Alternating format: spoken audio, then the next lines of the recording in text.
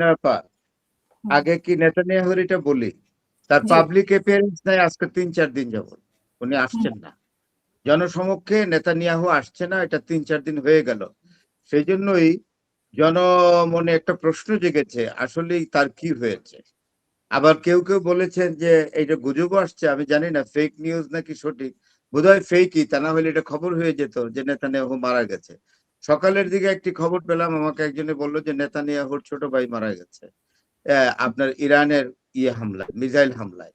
তো যাই হোক, ইরান মিসাইলের ইরান। নেতানিয়াহুর এক্স এক্স হ্যান্ডেলে একটা মানে স্ট্যাটাস দেওয়া হয়েছে, সে নাকি তাদের স্বাস্থ্য এখানকার মানে স্বাস্থ্য মন্ত্রী সহ পরিদর্শন করেছে স্বাস্থ্য কমপ্লেক্স বা কিছু একটা। তো সেরকম একটা এক্স হ্যান্ডেলে এসেছে। তো সেটা দিয়ে প্রমাণ হয় কিনা, সেখানে একটা ছবিও দিয়েছে। তো বাট ওকে তো সরাসরি দেখা যাচ্ছে না। না, সরাসরি দেখা যায় না, পাবলিক অ্যাপিয়ারেন্স তার নাই। হুম, তো সেই জায়গায় তবে একটা জিনিস সত্যি, এটা আহ, এখন একেবারে দিবালোকের মতো সত্যি, যে ইরান তার আবার এখন ফোর্থ ভার্সনের যে মিসাইলটা বের করেছে, এটার নাম হলো সালাম 4 এটাকে হুম, বলে। এইটার আপনার ধ্বংস ক্ষমতা ইতিপূর্বে যেগুলো আহ, ইরান, ইসরায়েল এবং আমেরিকার বিরুদ্ধে, বিশেষ করে হুম, আমেরিকান বেজে ব্যবহার করেছে তার চেয়ে অনেক বেশি। এবং সালাম 4 দিয়েই ইরান ইসরায়েলের উপর আক্রমণ করেছে এবং ব্যাপক ধ্বংসাত্মক কাজ করেছে। ইতিমধ্যে আপনারা জানেন যে ইসরায়েলের যে সেনা দপ্তরে আক্রান্ত মিসাইল দিয়ে ইরান আক্রমণ করেছে এবং সেই আক্রমণে দেখা গেছে যে ওইটা অনেকটাই ক্ষতিগ্রস্ত হয়েছে। ইসরায়েলের সেনাবাহিনীর হেডকোয়ার্টার ক্ষতিগ্রস্ত হয়েছে। আমার জানা মতে এই পর্যন্ত এরা বলে না, আসলে ইসরায়েলিরা খবরগুলো খুব রেস্ট্রিক্ট করে রাখে, বাইরে আসতে দেয় না। তো শুনলাম হুম, যে 160 জন মারা গেছে। তো হুম, এনিওয়ে, এবং সবচেয়ে বড় কথা যে একটা জিনিস ফুটেজে, এটা ইউরোপিয়ান ওয়েস্টার্ন নিউজ বলেছে যে একেবারে তেল আবিবের চেহারা গাজার চেহারায় পরিণত হয়েছে। আপনার অনেক ম্যাগনিফিসেন্ট বিল্ডিং তছনছ হয়ে গেছে। সবচেয়ে দুঃখজনক দেখুন, ইসরায়েলের তো সাধারণ মানুষ আছে, ইসরায়েলেও শান্তিপ্রিয় মানুষ আছে। হুম, আমি হুম, হুম, যখন দেখি ইরানের মিসাইল গুলো যখন ইসরায়েলের দিকে যায়, যখন আপনি ওইখানে যখন সাইরেন বাজে যে মিসাইল আসছে, তখন এই যে ভদ্র মহিলারা তাদের বাচ্চাকে কুলে নিয়ে প্রাণপণে দৌড়াইতে থাকে হুম, বাংকারের ভেতরে ঢোকার জন্য। এটা কি কোনো জীবন আপনি বলেন? এটার জন্য নেতানিয়াহু দায়ী, ট্রাম্প দায়ী।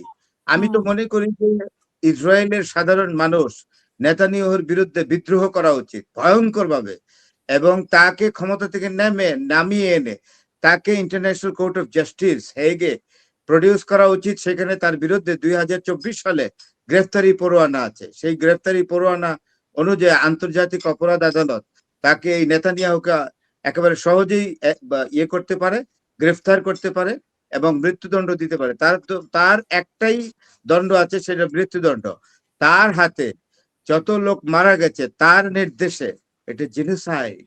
এটা 21st একবিংশ শতাব্দীর সবচেয়ে বড় জেনোসাইড করেছে নেতানিয়াহু। হুম। এখন জি ট্রাম্পের বলেন। কথায় আসি, যে ট্রাম্প একদিকে বলছে যে যুদ্ধ থামানোর জন্য পুতিনের সাথেও টেলিফোনে কথা হয়েছে, আবার অন্যদিকে হুমকিও দিচ্ছে। আসলে সে কি চাচ্ছে বলে মনে করে? শোনেন, ট্রাম্প আসলে একটা অত্যন্ত অস্থিরমতি সম্পন্ন মানুষ। সে টাকা ছাড়া কিচ্ছু বোঝে না, একটা ব্যবসায়ী লোক। পড়ালেখা আমার মনে হয় কোনো জাতির ইতিহাসও এই ডোনাল্ড ট্রাম্প পড়েননি। আর পড়ে থাকলেও যে হয়তো ভাষা ভাষা। ইরানে আক্রমণ করার আগে তার অনেকবার ভাবা উচিত ছিল, ইরানে আক্রমণ করার আগে তার অনেকবার ভাবা উচিত ছিল যে তিনি কোন জাতিকে আক্রমণ করতে যাচ্ছেন। হুম, এবং সেটা সেটা অবশ্য তিনি পড়েননি। ইরান জাতি তো 5,000 বছর আগের সভ্য। ইরান কোনোদিন পরাভূত হয় নাই। ইরান হুম, এই পর্যন্ত কোনো বিদেশি শক্তি ইরানের এক খণ্ড ভূমি দখল করতে পারে নাই, হুম, হুম, এক খণ্ড ভূমিও দখল করতে পারে না, এই ইতিহাস নাই। সুতরাং ইরানকে আক্রমণ করার আগে ডোনাল্ড ট্রাম্পের 100 বার ভাবা উচিত ছিল।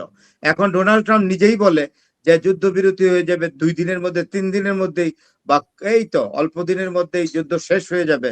তো আপনি যুদ্ধ শুরু করেছেন।